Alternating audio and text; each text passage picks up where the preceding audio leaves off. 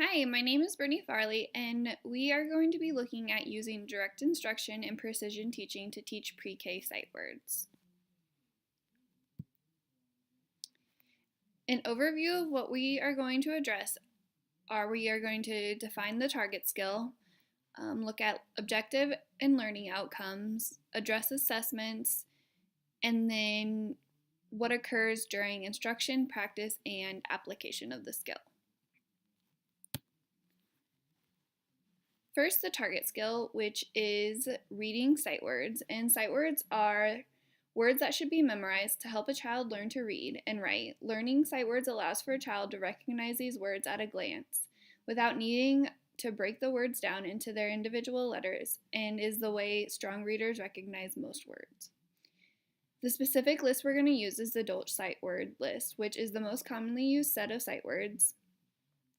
Dr. Edward William Dolch developed this list in the 1930s and 1940s through studying the most frequently occurring words in children's books during that time. The words comprise about 80% of the words you would find in a typical children's book and 50% of the words found in writing for adults. Once a child knows the Dolch words, it makes reading much easier and fun. And because the child can then focus on his or her attention on the remaining words. So this is a socially acceptable behavior to be able to read sight words, and this is why it would be targeted during an ABA setting.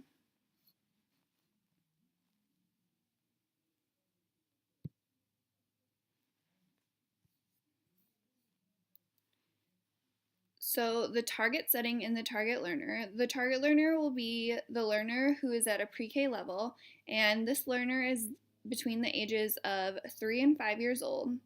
And then the sight words will be taught in a one-on-one during a typical therapy session. The sessions are ran either in the home or the community environment. And then also the learner has not previously mastered the pre-K sight words. So moving on to the objective and learning outcome. So I broke this down into an ABA objective and then an educational to show how we can collaborate with teachers and through the behavior analytic world. So in ABA, the learner will admit a correct vocal response under the control of a non-auditory verbal stimuli with point-to-point correspondence for 40 target words. And this is textual behavior. The correct response is that the learner will say the word correctly, and then the incorrect response will be that the word is said incorrectly or there's a pause for 5 seconds. And the mastery would be the aim is 40 words correct, 0 words incorrect in 60 seconds by the end of the school year. And then for the education objective, I pulled from Common Core, phonics and word recognition, and the target skill is reading sight words, and the learning objective is read common high frequency words by sight in a typical setting.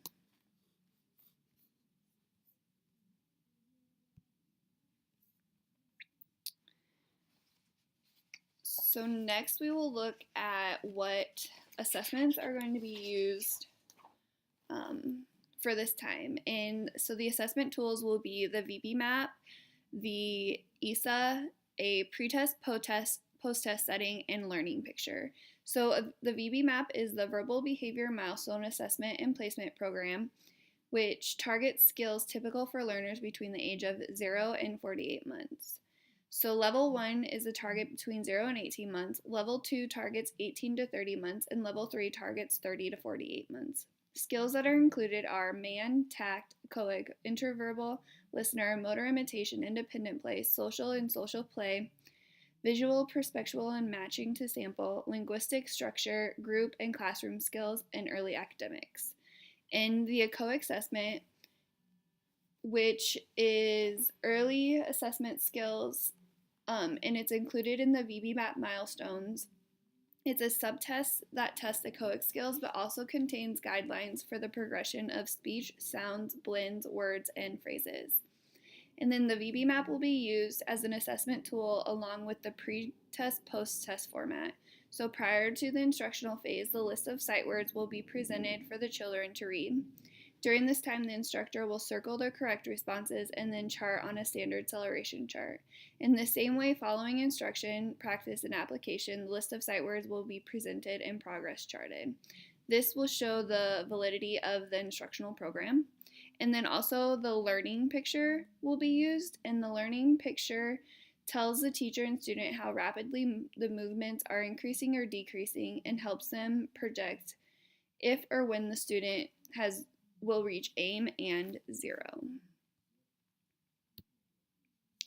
So for prerequisite skills, the learner needs to be able to recognize and name all lowercase letters of the alphabet, and this comes from the educational setting, and then also have the mastery of early echoic skills assessment, and then mastery of level 1 and level 2 of the VB map, along with some of level 3 skills such as tacting and reading.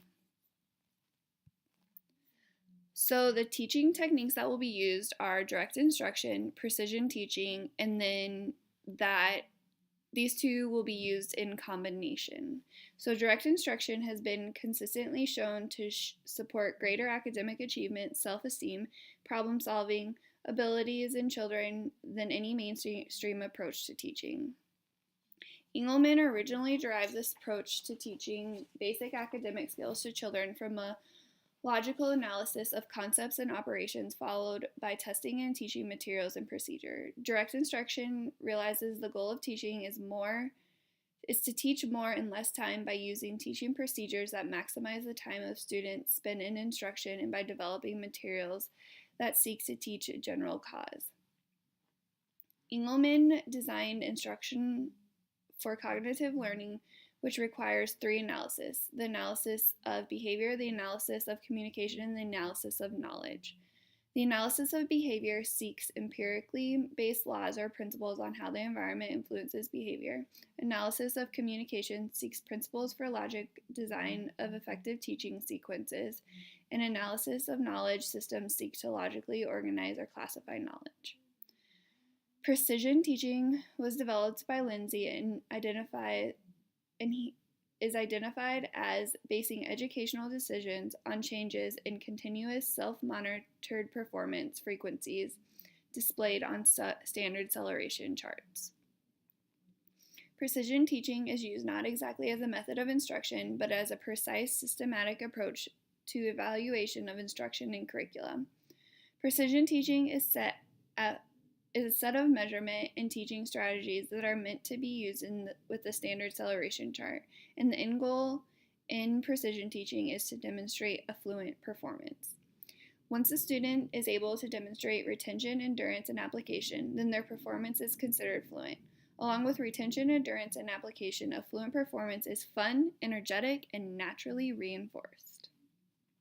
So in combining direct instruction and precision teaching, while direct instruction is a powerful skill in knowledge acquisition technology, precision teaching offers superior tools for practice to the point of fluency, criterion reference assessments, and decision making.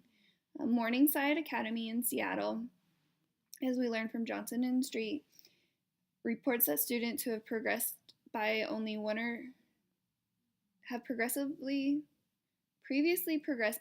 or 2 months of academic achievement per year in public school instruction, as measured on standard tests, routinely improved by 2 full grade levels on 2 skills per month using the combination of precision teaching and direct instruction methods and materials.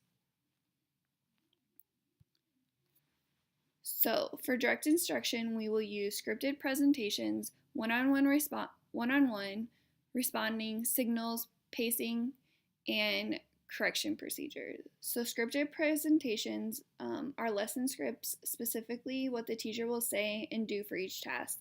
Scripted presentations support quality control of instruction. Typically in direct instruction, it is used in small groups. However, we are going to utilize it in the one-on-one instruction base.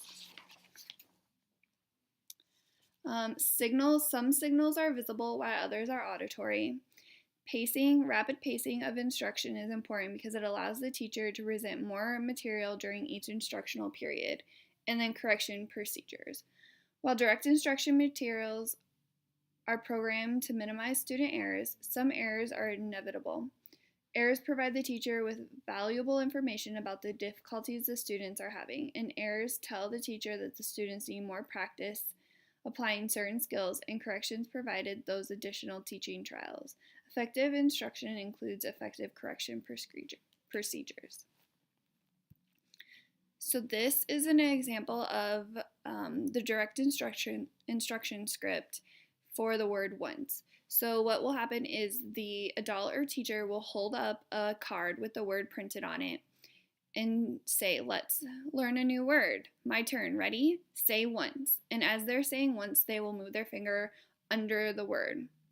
And the learner repeats once along with running their finger under the word. Then the adult again says once, runs their finger under the word, and says, it says, and the learner states once, running the finger under the word.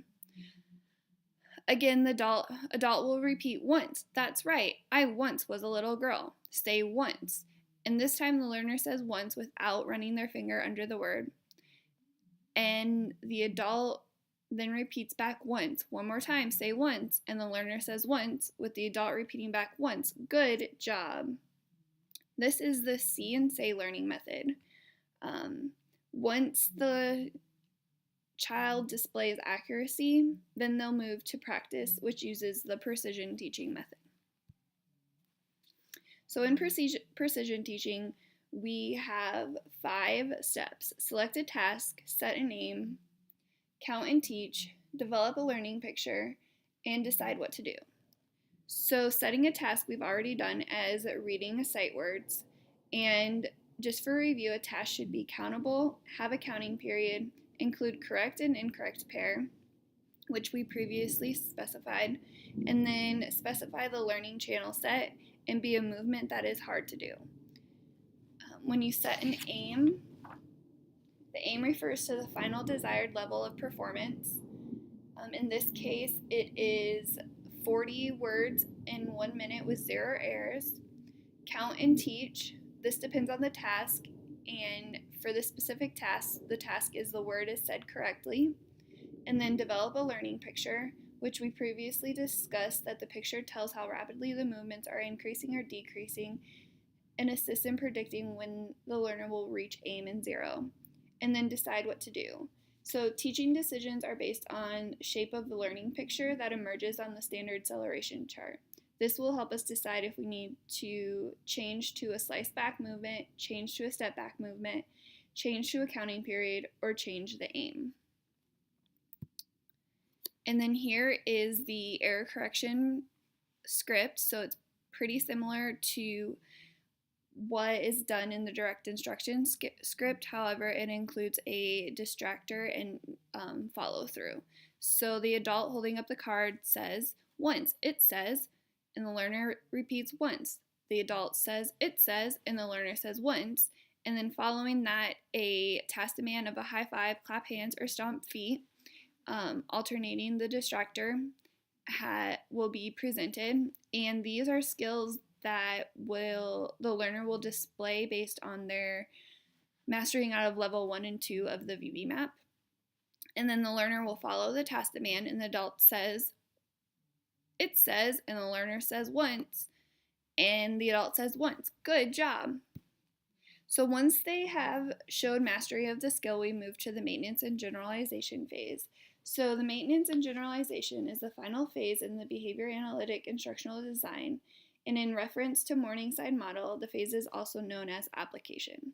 So during this phase, skills are applied in various activities and across different settings. The skill is also practiced. This is done during home, therapy, and classroom settings. In the home environment, parents are taught to run sight word flashcards in the see-say model and chart progression using the standard acceleration chart. In the therapy setting, once a skill is mastered, it is put into maintenance and practiced a couple times a week using precision teaching in a standard acceleration chart. In the classroom setting, sight words are used to put sentences together, and the skill is generalized from identifying the sight word to reading a sentence. Also, teachers can place words around the room for practice. And then across all settings, sight word bingo can be used in other sight word games for generalization and maintenance. So, the point of this instructional design is collaboration. Collaboration between teachers and behavior analysts is important, and the use of precision teaching and direct instruction allows for the application in both the therapy and the classroom setting. Thank you.